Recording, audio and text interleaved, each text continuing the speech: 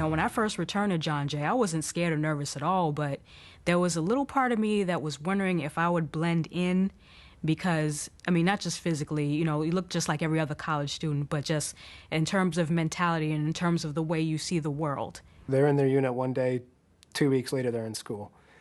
And for them, it may be a little bit more difficult. Like, they don't understand why somebody's showing up, 10, 15 minutes late to their class with their headphones blaring and not really, giving a damn or anything like that.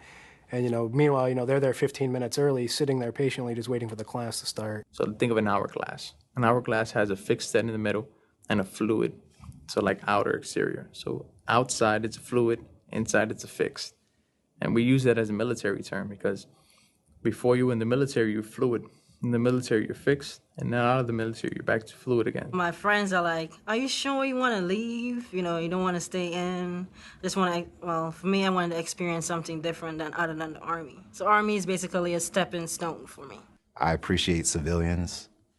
I've had civilians pull me to the side and say thank you. Yeah, some people are curious. Depending on how young they are. If somebody's young, the first thing they always ask is, you ever shoot anybody or kill anybody, stuff like that. And, I don't really have much more conversation after that because I know that's all they want to hear. I'd rather you know me, talk to me, and then maybe, halfway through the semester or the last day of class, I may be like, yeah, I'm a veteran. As soon as I stepped into John Jay, I had already felt at home. I'm really surprised and happy that the veteran community here is large, that it's involved, that you have a good group of people that you can actually just sit down, hang out with, talk. Establish a bond, and that's what veterans need. They need to be told that, I got your back, I got your six. Whatever you need, I'm here for you. And that's the kind of hand I offer with new veterans coming into John Jay. Get to know us, learn about us, learn who we are. We have goals, we have dreams, we have visions, we have fears. We have issues in our relationships, in our marriages. We have bills to pay, we have mouths to feed, just like everybody else does. Learn who we are. Go beyond the veil and try to figure out who we are. It's that simple.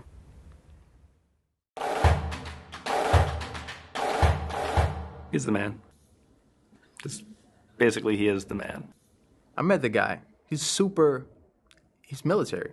He is the most beloved Iraq-Afghanistan general of that because he limited the casualties of veterans, of soldiers at that time. But to me, he was one of the smartest, and he had his ear to the ground, and he had his eyes open to what was happening. I think he was a great leader. I think he did a wonderful job as one of our top leaders. He's going to go down as one of the greats, like Eisenhower. Those who have served in the post-9/11 wars have come to be recognized justifiably, I believe, as the new greatest generation of Americans. You'll remember that was the title, The Greatest Generation was the title Tom Brokaw made so popular with his wonderful book on the generation that fought World War II.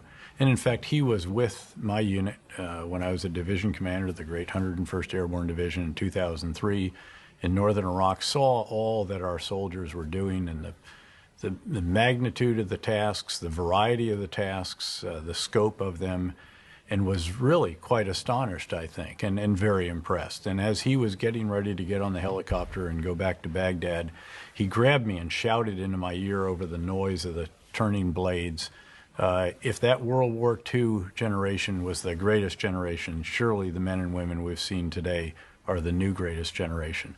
I agreed with him then, and I very much agree with that now. And I'd like to take this opportunity, in fact, to thank those from the new greatest generation who are here with us tonight for their very selfless service, their tremendous performance of very tough missions in some very tough places. Thank you all very much.